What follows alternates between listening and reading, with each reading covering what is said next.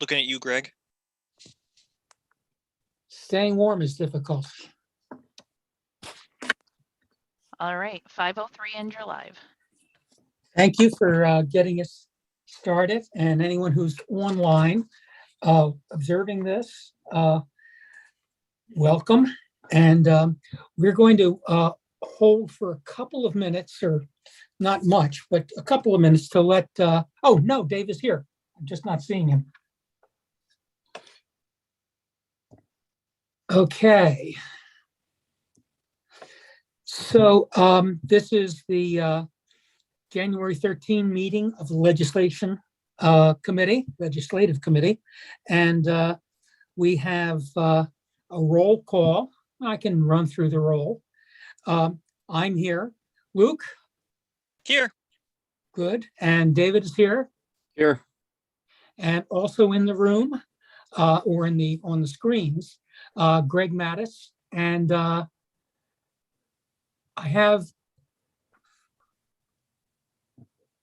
who's that? Above Dave. You might be looking at Chris Iacobucci. He's our Public Works Director. Oh, Chris Iacobucci. Hello. How you doing? I actually thought you were Greg Mattis, who got a haircut and just kind of did a shave across your top, but that's not you. But you will win the lookalike contest if it ever comes up. A little more gray. Huh? A little more gray. Well, yeah, but he'll make you worry. So we have a fairly short agenda for this evening. And the first item that we need to do is approve the minutes. And I'm wondering if anyone has anything to add, or are you up for approving them? And Dave, are you good for approving it? Yes. And Luke? Likewise. Me too. So we've gotten through that successfully. And now we can move to a public comment. Do we have any people who are here and want to make a public comment that I don't see? There are no public comments and no correspondence for you. All right, very good. And we can begin now with the topics. The first is a consideration of the plumbing code update. And that involves, I think, comments from Steve and Greg, one or the other or both. So Greg, Steve is here. Okay. Who wants to start to talk about that? Steve, you want to go ahead? Yeah, basically the plumbers board came up with the idea that, or recommended that, if someone sits a plumbing exam and they pass the test, but they subsequently don't apply for a license, the plumbing board wants to put a limitation on how long that past test can sit, where they're still eligible to sit for a license. So all we're doing is adding basically one section of code saying that if you pass the test, but you fail to actually apply for and secure a license, you'd have 90 days to do that. If you fail to do it within 90 days, you have to resit the exam. I included like 3 exceptions. Basically, the plumbers board could extend it for another 90 days. If the applicant is deployed for military service, the applicant is incapacitated, or the applicant demonstrates a failure by the city to issue or process a completed license application. So basically, there's 3 exceptions to the 90-day rule, all of them being, I don't want to say catastrophic, but beyond the control of the person who passed the exam. So really, the only thing it does is it basically says if you sit the exam and you don't apply for a license, you can't just come back in 5 years and apply for a master's plumber's license because you passed the exam 5 years ago. That was the recommendation of the plumbing board. All right. David, I hear your hand up. Even, I mean, how much of a problem has this been? And if so, like what time frame are we talking that it's been a problem, and like what was the reasoning behind any delay? Well, I think it's just something that when we sat down and looked at our plumbing code, it came up that if someone sits the exam and subsequently doesn't even apply for a license, how long are we comfortable letting, what is the cutoff date? Like if I sit a plumbing exam now, 10 years from now, am I still eligible to apply for a license? Mhm. So I think it's really just like I don't want to say a housekeeping thing, but I think it's supposed to add clarity to, because these codes sometimes update annually, every 2 or 3 years, we might have a new code that comes out that might alter what's in the plumbing exam. I think the goal was to, set up a kind of like a cutoff as to like, well, how long are we comfortable? How far out do we want these exams to go? How far out do we want a past exam to still qualify for the license? Yeah, just to Is kind there of any obstacle once they pass the exam? What's the major what is the biggest obstacle or any obstacle to getting the license at that point? There isn't one. I mean, you literally just fill out the paperwork and apply for a license. Okay. So Is after there a you pass, cost to it, Stephen? yeah, there's a licensing fee. I think it's $150 for a master plumber. But again, like the board basically was like, what the board recommended that we set basically like kind of an expiration date for you passing the exam without actually ever applying for a license. Yeah, I think a key point is, if you pass the exam, which the point of the exam is to show that you know how to use the code book and you understand the current plumbing code, and then you don't get licensed, then conceivably you're not doing any work in the city. Mhm. If you're doing work anywhere. So if you're not doing work for a long period of time and you pass the test that may have since, the code may have since updated, you have to somehow demonstrate that you know the current code. So after a certain period of time, it's kind of outdated. And if you haven't been practicing plumbing, it makes sense that you would have to retest. Whereas if you get the license and you're practicing plumbing, then, part of your practice is to keep up on the codes. We just thought as a plumbing board that it kind of fit with the intent of licensing in general. Yeah, I would agree. I think our questions really were, I think we all understand the reasoning. I think we're just going through all the devil's advocate questions before we just agree to a change to it. So, but thanks for the explanation to everybody. I think it helped me out to understand it. Yeah, I mean, Okay. arguably no one,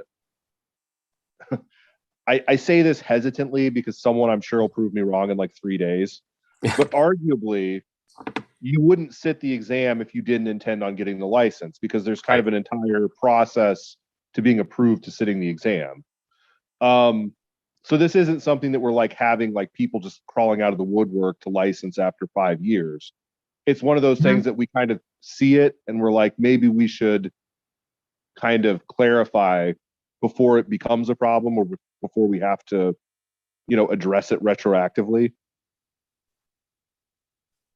Sure.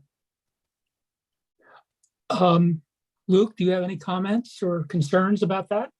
No, I actually had the same exact question Dave did, but asked and answered. Okay. So nothing more from you, Luke? And Dave, do you want to ask anything else? Or No, talk about- my questions have been answered, so I'm fine with this as written. Okay. I think it's sensible. And is there any, it's not up, Steve, oh, is there a limit, a 30-day limit or something like that for applying for the license once you know that you've passed? Yeah, so after you pass the exam, you would have 90 days to apply for the license. That sounds reasonable. And then if there's exceptions, basically, if in those 90 days, you get COVID and you end up in the hospital for 60 days, or you're activated for military service, or there's basically exceptions so that the board can say, you had an emergency appendectomy. We're not going to make you reset the exam. So that's what those exceptions are, but it gives you 90 days following the exam to actually apply for the license. which I don't know, Carrie can probably speak to like the turnaround time on actually issuing a license once you pass the exam. Once they pass the exam and they get all of the materials to us, at that point, the only additional information they need to provide is updated insurance and a photograph. So, I mean, we've issued them same day. It just depends on how quickly they get them to us. Okay, I think this sounds reasonable. I can't imagine much about some crazy circumstances coming up. So you have 90 days to apply. If you miss that, well, that if you're on the 91st or 92nd day, if you have a reason that came up that you were sick for 5 or 6 days, and you in the last 5 days of that 90, the plumbing board would be able to look at the span of time and say, sure, it's okay with us. We can work with that. So if I'm correct about that, I'm fine with it. Shall we should just move it on to the council for vote. Yep. Grand with me. Okay. Hope they're all that easy. Now, the next piece is, the driveway apron maintenance policy. And can we get some explanation of that and some information on it? So we have a landowner that's requesting that we repair an asphalt apron. That's an entrance and exit to their property. It's a business. Prior to me becoming part of the city, it's been the city's policy or DPW policy that driveway aprons are the responsibility of the property owner. Greg, do you want to attest to past experiences with this?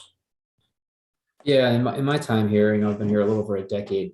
It's come up usually once or twice a year at most, where someone will ask, hey, my driveway apron is in disrepair. City, could you come and fix it? And we've always explained, and this is based on, my understanding from past DPW employees, supervisors, that as long as I can gather, it's been in the city's policy that we don't take responsibility for maintaining driveway aprons. The theory being, and it makes sense to me, these are driveways serving private property and not serving the general public, unlike the sidewalk or the curb or the road itself or the utilities that are serving the general public. Driveway aprons are, when we say apron, we're referring to the section that's between the sidewalk and the curb, where you have a sidewalk that's separate from the curb. You might see that little strip of asphalt or concrete there. That's the beginning of their driveway. We view that just as part of the driveway, essentially. When someone goes to put in a new driveway cut, where there isn't one now, say, which doesn't happen very often because the city's mostly developed, but it does sometimes, they're responsible for taking out a permit. Their contractor is and installing that to the city specifications, but ultimately they pay for it and install it. And then we just view it from there as part of their private driveway that they need to maintain. Now, if we disturbed it during one of our projects, we would certainly repair it, but that's not the case situation. I've had 1 or 2 people actually come to me saying, looks like the city does this for other people. And I didn't think that was true. And that that's what I explained to them, that you're responsible for your entire driveway, maintaining it, building it. And the city does not have a role to play in that unless it has done something to create the problem. So, Luke. Sorry for the dramatic pause. I agree with what Mr. Iacobucci, Chris is saying, as well as Greg. And especially, I know, doing something like this will not tank the city. However, we're entering a very, very tight budget year.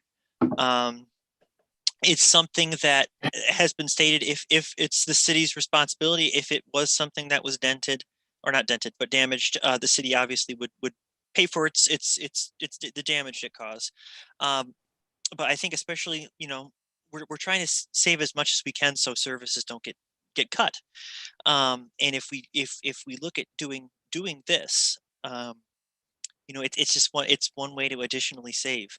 It stinks because we've done it in the past, but things are getting tighter and tighter, and I don't want other services to suffer because things add up. One apron here and there may not, but if it happens over time, it might. Okay. David Christopher, good, gotcha. Have we actually done that in the past, Greg? The only chance or instances where we replace or repair a driveway apron would be if we damaged it either accidentally or incidentally in the course of construction. So if we're replacing a curb, there's really no way to do that without ripping out the driveway apron. So then we replace the whole driveway apron so they have a nice into the sidewalk or a water service. The talk that I've been hearing lately about this is, the city used to do this. I mean, is this something that the city did like decades ago, where there was no policy, so they just did it for people? Have you heard anything about that? Not that I'm aware of. The former DPW supervisors that I've talked to that date back to the 80s have said that it's always been our policy not to do driveways, but you never know what might have happened on a special case-by-case basis or before that. I just can't speak to it. But well, I think my thought is exactly what Lucas said is, this is time consuming. It looks like a small job, but you add it up and it's time consuming for our DPW staff. There's only a time period of the year that you can really do this. And we've put more and more work on their shoulders every summer where we barely get the street projects done. That along with, should we really be saddling other taxpayers with the cost of doing driveway repairs for people around the city? And I think that's a really slippery slope to start doing that, unless, like Greg, you said, and Chris, you said that it has to do with street projects or sidewalk projects that we have going on that damages the apron. So, yeah, I would not. I would agree to having a policy of not doing this. I don't think we should be getting into spending city funds on private property. Do we, just as a question, do we need to put this into the code, or is it simply an explanation of this is the policy? There's no one who has any sense of our doing work on people's private property unless we're mowing their lawns and shoveling their walk and charging $100 an hour for the first hour. So it's okay, but do we want to? I don't know that it needs to be codified. Maybe a policy, a DPW policy, or Yeah, that's fine. I don't know. go ahead, Chris. Yeah, The landowner that we've been dealing with recently keeps requesting for us to point to a specific policy or regulation that states these things. So I don't have anything to currently point to. So if it's nothing there, then they're saying that we should just do it for them. Yeah, I think it's a detail orientation, and I'm pretty sure there's nothing in our policy that says that we can't build me a second house in the city, but you don't see me coming forward begging city to build me one. Chris, I need my driveway paved this summer. I appreciate the garage you put up, though, Greg. Thank you.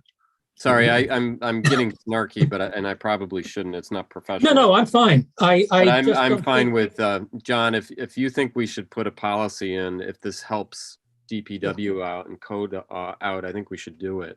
I think I agree that just because something is not strictly defined, it doesn't mean anything. So, the city can choose to do whatever public improvements it sees as necessary or beneficial within the right of way. In this case, we haven't chosen to do this. Doesn't mean because we haven't stated we won't do it that we must.